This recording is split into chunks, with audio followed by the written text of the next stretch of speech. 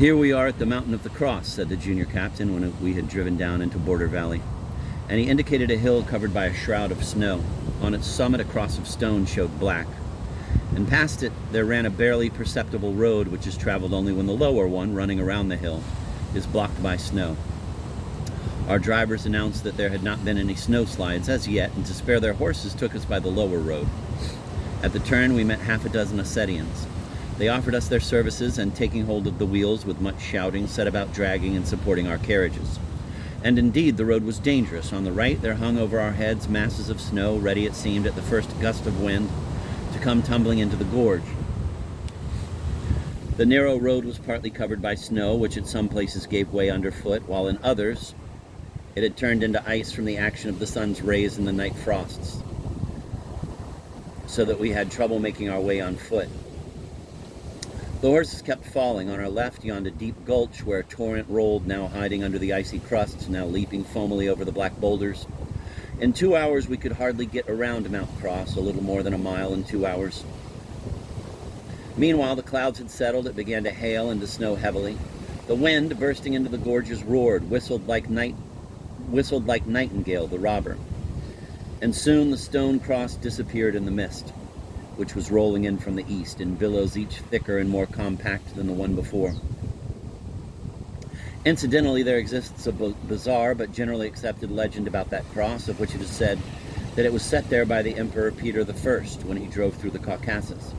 But in the first place, Peter went only as far as Dagestan, and in the second, an inscription on the cross in large letters says that it was set by order of General Ermolov, and namely in 1824. But the legend, despite the encryption, has become so deeply rooted that one really does not know what to believe, especially since we are not accustomed to believe inscriptions. We had still to descend some 3 miles over icy rocks and treacherous snow in order to reach the Kobe station. The horses were exhausted, we were chilled, the blizzard hummed louder and louder, just like one of our own in the north, only its savage melody was more sorrowful, more plaintive. You too are in exile, I reflected. You wail for your wide, spacious steppes.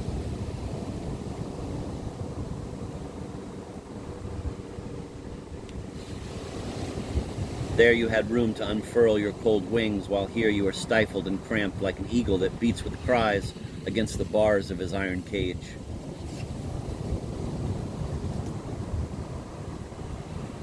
This is bad, the junior captain was saying. Look, you can't see a thing around, only mist and snow. Any moment one can expect to fall into a chasm or get stuck in the brushwood, and further down, the Baydara River has swollen so much, I presume, that it cannot be crossed. That's Asia for you, be it people or rivers. There's absolutely no depending on them.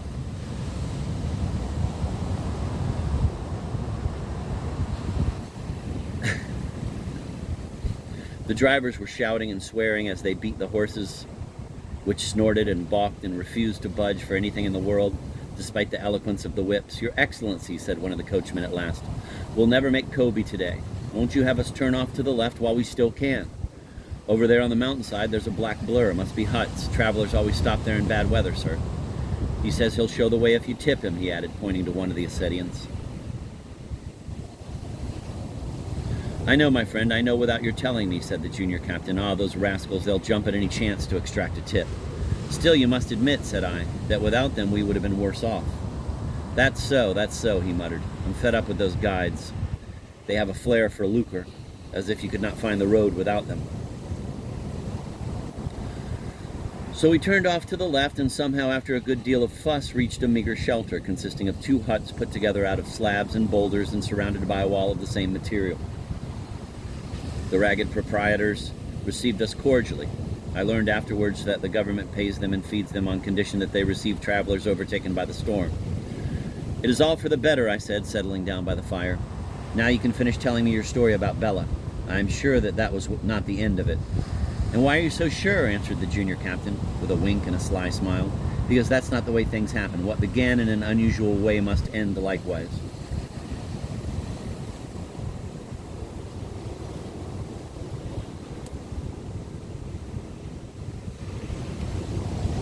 Well, you have guessed.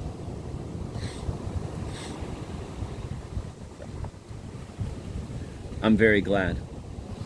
It's all right for you to be glad, but it makes me really sad to recall it. She was a nice little girl, that Bela. Eventually I got so used to her, she might have been my daughter, and she was fond of me, too. I should tell you that I don't have a family. It's already been 12 years or so since I have had news of my father and mother.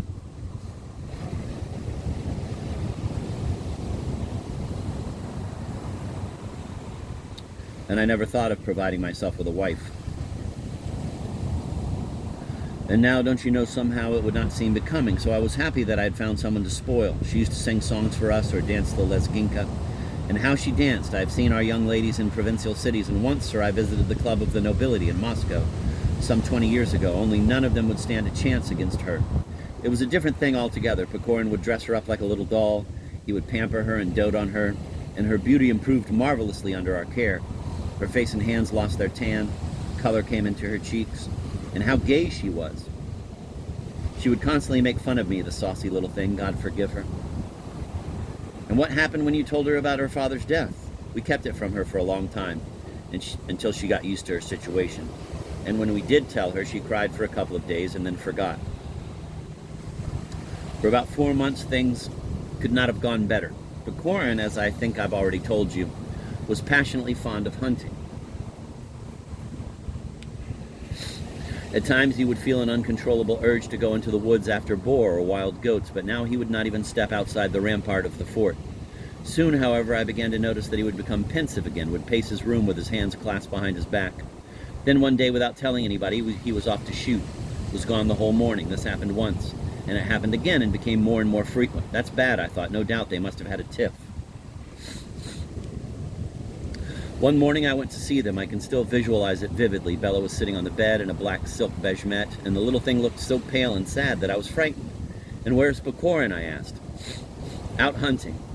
Did he go today? She was silent, as though she found it difficult to articulate. No, he's been away since yesterday, she said at last with a heavy sigh. I hope nothing happened to him. Yesterday I thought all day, she answered through her tears. I imagined various accidents. It would now seem to me that he had been wounded by a wild boar, and now that a Chechen had carried him off to the mountains. And today I'm beginning to think that he does not love me. Really, my dear, you couldn't have thought up anything worse. She started to cry, then proudly lifted her head, wiped her tears, and went on. If he does not love me, who prevents him from sending me home? I don't force him, but if things go on like this, I'll go away myself. I'm not his slave. I am the daughter of a prince. I began to reason with her. Listen, Bela, after all, he can't be expected to stay here as if sewn to your skirt. He is a young man. He likes to chase game. He'll roam for a while and then come back. But if you're going to mope, you'll bore him all the sooner. You're right, she answered. I'll be gay, and with a peal of laughter she seized her tambourine and began to sing, dance, and skip around me. But this, too, did not last. She fell on the bed again and covered her face with her hands. What was I to do with her, after all? Do you know, I've never had occasion to deal with women. I thought how I could comfort her, and could not think of anything. For some time we both remained silent in a most unpleasant predicament, sir. Finally I said to her, how about a stroll on the rampart? The weather is fine. This was in September, and indeed the day was wonderful, bright and not hot. You could see all the mountains as if served on a plate. We went and walked back and forth on the rampart in silence. Finally she sat down on the turf, and I sat down beside her. Really, it makes me laugh to think about it. I kept running after her as if I were some kind of nurse. Our fort stood on high ground, and the view from the rampart was beautiful. On one side, an extensive meadow, furrowed by several ravines, ended in a forest which stretched all the way up to the mountain ridge. Here and there, native hamlets smoked upon it, and herds of horses ranged. On the other side, there ran a shallow river, margined by the dense brush, which covered the flinty heights, linked up with the main Caucasian range. We sat in a corner of the bastion, and thus could see everything in either direction. This is what I saw. Somebody rode out of the forest on a gray horse. He came nearer and nearer and finally stopped on the far side of the river, some 250 yards from us, and began wheeling his horse around like a madman. What could it mean? Take a look, Bela, I said. You've got young eyes. Who is that fancy horseman? Whom has he come to entertain? She looked and cried, It's Kazbich. Oh, the rascal. Has he come to make fun of us? I looked more closely. Yes, it was Kazbich, with his swarthy face, his tatters, and dirty as usual.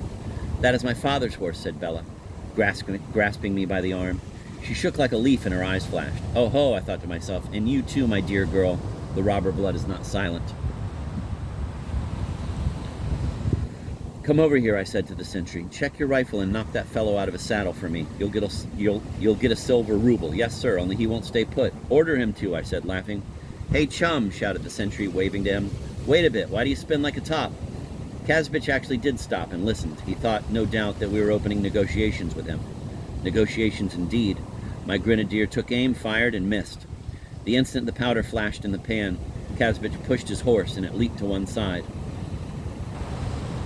He rose in the stirrups, cried something in his own tongue, and made a threatening gesture with his riding whip, and disappeared. "You ought to be ashamed of yourself," I said to the sentry. "He's gone off to die, sir," he answered. "You can't kill those damn people outright." A quarter of an hour later, Pecorin returned from the hunt. Bela threw herself on his neck, and there was not a word of complaint, nor was there a single reproach for his long absence. "By now, even I was cross with him, for goodness sake," I said. "Just a moment ago, Kazbich was right over there on the other side of the river, and we fired at him. Nothing easier for you than to run into him. Those mountain folks are vengeful. Do you think he's not guessed that you had a hand in helping Azamat? Moreover, I'll bet you anything that he recognized Bela today. I know that a year ago he was mightily attracted to her. He told me so himself. And if he could have hoped to get together a decent amount of bride money, he would certainly have asked her in marriage." Pecorin looked thoughtful. "Yes," he answered. "We have to be more careful. Bela, from now on, you must not go walking on the rampart anymore."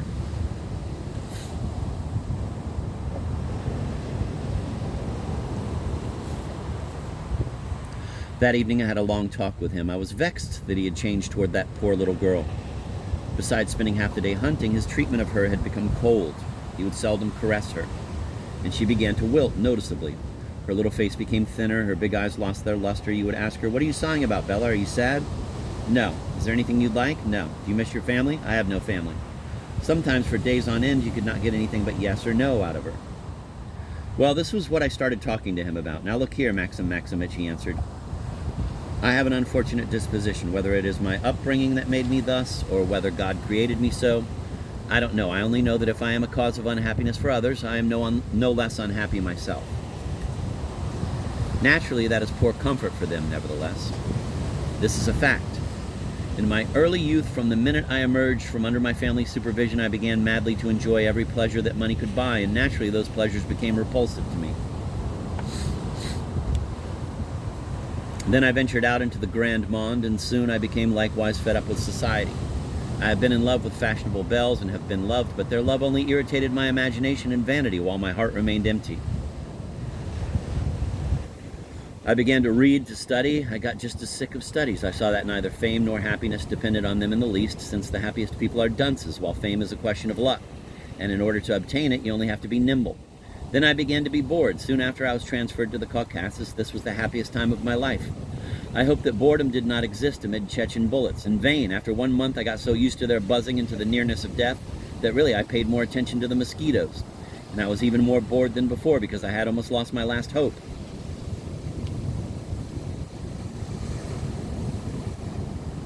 When I saw Bela in my home, when for the first time I held her in my lap and kissed her black curls, I, fool that I was, imagined she was an angel sent me by compassionate fate. I was wrong again. The love of a wild girl was little better than that of a lady of rank. The ignorance and the naivete of one pall on you as much as the coquetry of the other. I still like her, I suppose. I am grateful to her for several rather sweet moments. I am ready to die for her. Only I find her company dull. Whether I am a fool or a villain, I don't know. But of one thing I'm sure, that I also deserve pity, even more perhaps than she. My soul has been impaired by the fashionable world. I have a restless fancy, an insatiable heart. Whatever I get is not enough. I become used as easily to sorrow as to delight, and my life becomes more empty day by day. There's only one remedy left for me, to travel. As soon as I can, I shall set out. But not for Europe, God preserve. I shall go to America, to Arabia, to India. Perchance I may die somewhere on the way. At least I am sure that this last consolation will not soon be exhausted with the help of storms and bad roads. He went on like this for a long time, and his words became engraved in my memory because it was the first time that I had heard such things from a man of 25, and I hope to God it may also be the last.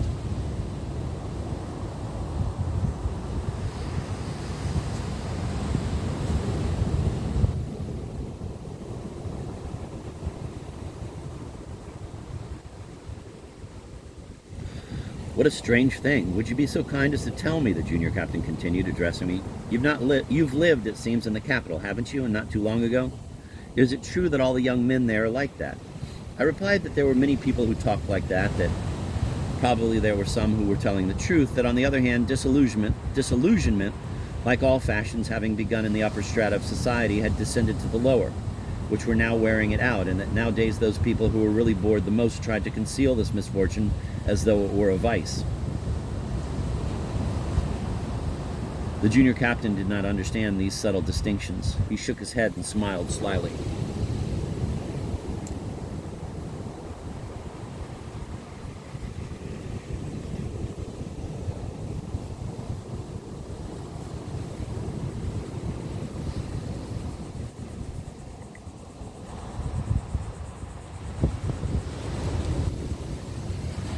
It was the French, was it, who introduced the fashion of being bored? No, the English. Ah, that's how it is, he answered. Well, they have always been inveterate drunkards. I could not help recalling one Moscow lady who maintained that Byron was nothing more than a drunkard, but then the junior captain's remark was more pardonable. In order to abstain from liquor, he naturally tried to convince himself that all misfortunes in the world come from drinking.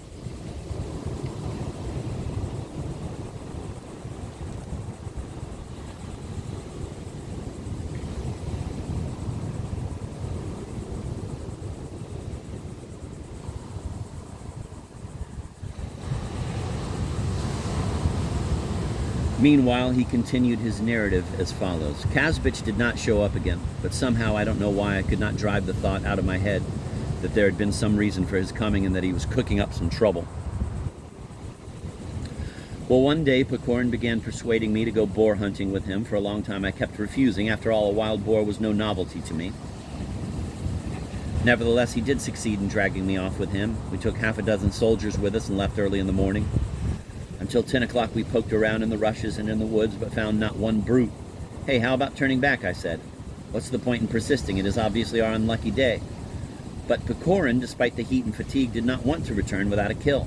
That's the kind of man he was. Whatever he sets his heart on, he had to have. You could see he had been spoiled by his mama when he was young. At last, at noontime, we tracked down that damned boar. Bang, bang went our guns, but it was not he. The boar escaped into the rushes. It was that kind of unlucky day. Well, we rested for a little while and set back for home. We rode side by side in silence. Our reins slack. We were almost at the ford, only the brush was now hiding it from us. Suddenly a shot rang out. We glanced at each other. The same suspicion struck us. We galloped headlong in the direction of the shot. We saw soldiers crowding on the rampart and pointing toward the field, and there a horseman was flying at full speed, holding something white across his saddle. Pecorin let out a yell no worse than that of any Chechen. His rifle came out of its case, and off he went. I followed. Fortunately, because of our unsuccessful hunt, our horses were not worn out. They strained forward from under the saddles, and with every moment we came closer and closer. And at last I recognized Kazbich, only I could not distinguish what it was that he held in front of him. At this point I came abreast of Pecorin and cried to him, "It's Kazbich." He glanced at me, nodded his head, and whipped his horse. Well, at last we got within rifle range of him. Whether Kazbich's horse was worn out or was worse than our mounts, I don't know. Only in spite of all his efforts, it was not making a great deal of progress. I think that at this moment he must have remembered his Karagyosh. I looked and saw Pecorin take aim at full gallop. "Don't fire," I cried to him. "Save your shot. We'll catch up with him anyway." But those youngsters, they always lose their heads at the wrong time. The shot rang out and the bullet broke the hind leg of Kazbich's horse. Carried on by impetus, it took another 10 bounds or so, then stumbled and fell to its knees. Kazbich jumped off, and then we saw that he was holding in his arms a woman wrapped up in a yashmak. It was Bela, poor Bela. He shouted something at us in his own tongue and raised his dagger over her. No time could be lost. I fired my turn at random. The bullet must have hit him in the shoulder because he suddenly lowered his arm. When the smoke had cleared, the wounded horse lay on the ground, and beside it lay Bela, while Kazbich, having abandoned his rifle, was scrambling like a cat up the scrub on the cliff. I would have liked to bring him down, but I had no charge ready.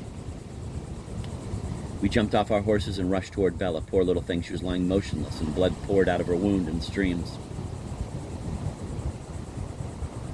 What a villain! He could at least have hit her in the heart, and after all, it would have been over with one blow. But in the back, the most treacherous stab. She was unconscious.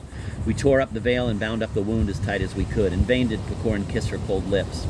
Nothing could restore her to consciousness.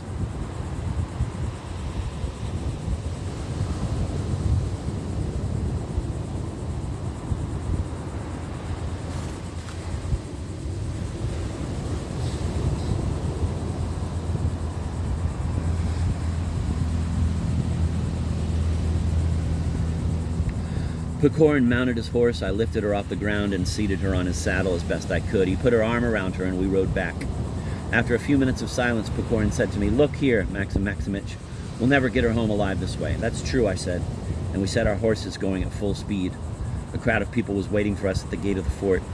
Carefully, we carried the wounded girl to Pecorin's quarters and sent for the doctor. Although he was drunk, he came, examined the wound, and announced that she could not live more than 1 day. Only he was wrong. "She recovered?" I asked the junior captain, grasping him by the arm and involuntarily feeling glad. "No," he answered, "the doctor's mistake that she lingered 2 days."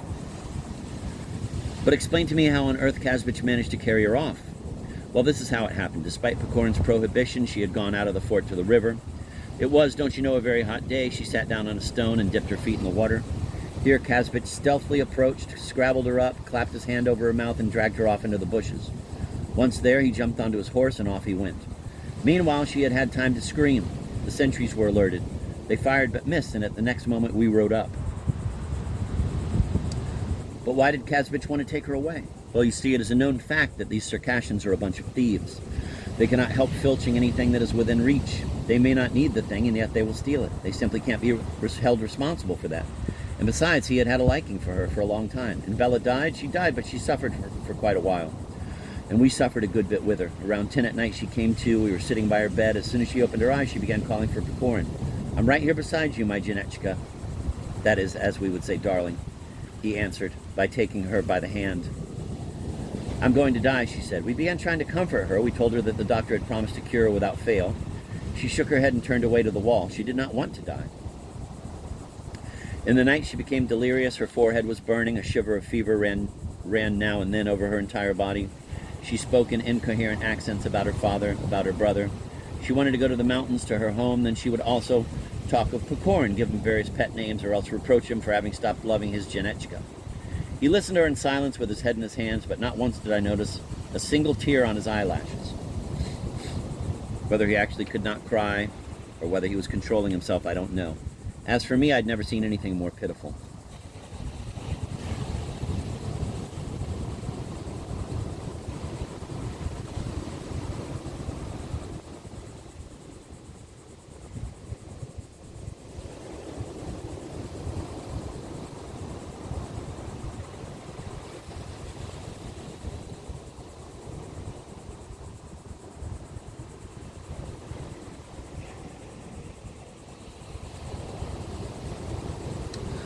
Toward morning, her delirium ceased. For an hour or so she lay motionless and pale, and in such a state of weakness that one could hardly notice if she were breathing or not. Then she felt better and began to speak, and what do you think she spoke about? An idea like that could only have occurred to a dying person. She began to grieve that she was not a Christian, and that in the next world her soul would not meet Pecorin's soul, and that some other woman would be his sweetheart in heaven. The thought occurred to me to have her baptized before her death. This I suggested to her. She looked at me hesitantly, and for a long time could not say a word. At last she replied that she would die in the same faith in which she was born. Thus passed a whole day. How she changed in the course of that day. Her pale cheeks sank in, her eyes became so very, very large, her lips burned. She felt an inner heat as if red-hot iron lay in her breast.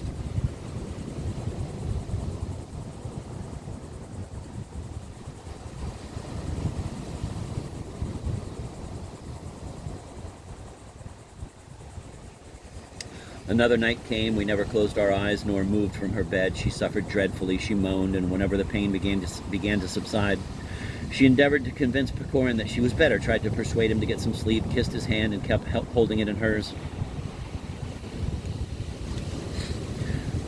Toward morning, she began to feel the restlessness before death and started to toss. She dislodged the bandage, and the blood flowed again.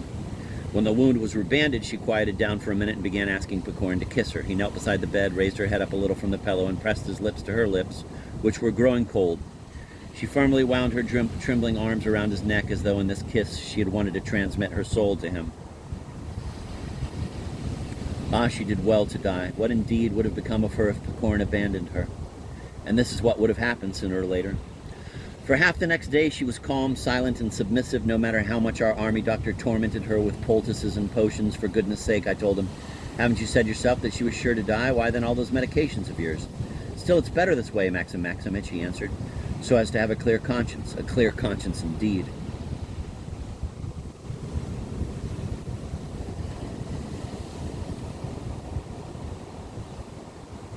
In the afternoon, she began to be tortured by thirst. We opened the windows, but outside it was even hotter than in the room.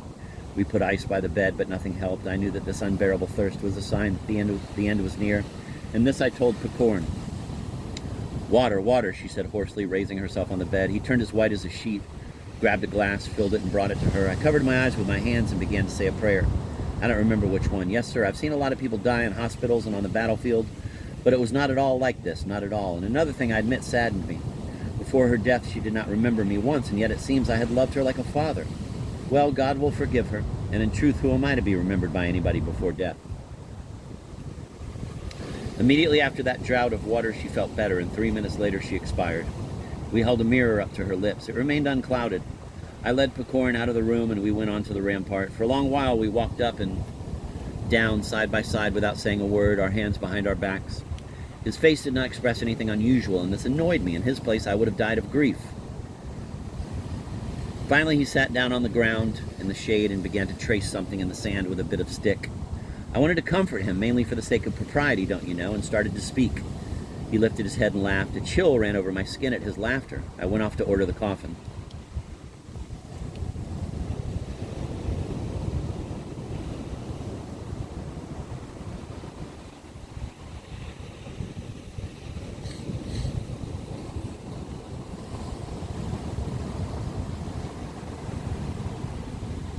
I must admit I busied myself with this partly for the sake of distraction. I possessed a piece of heavy silk, and with this I lined the coffin and adorned it with Circassian silver braid, which Picorn had bought for her anyway.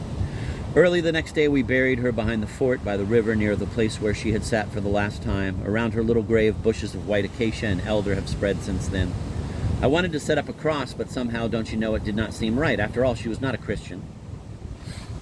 And what happened to Picorn, I asked.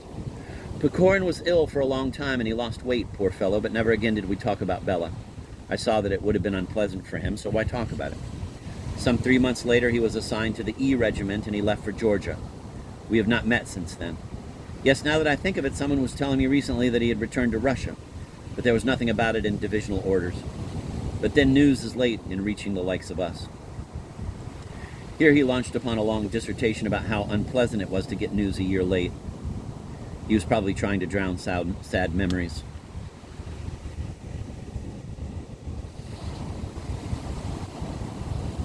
I neither interrupted him nor listened. After an hour, it became possible to continue our journey. The blizzard had subsided, the sky had cleared, and we set out. On the way, I could not help starting to talk again about Picorn and Bela. And have you heard what became of Kazbich, I asked. Kazbich, well, I really don't know. I've heard that on the right flank of the Shapsugs, there is a Kazbich, a daredevil who wears a red beshmet and rides back and forth at a walk under our gunfire and bows most politely when a bullet buzzes near him, but it could hardly be the same man. At Kobe, Maxim Maximich and I parted. I continued with post horses while he, because of his heavy load, could not follow me. We did not expect ever to meet again, and yet we did meet, and if you like, I'll tell you about it. It's quite a story.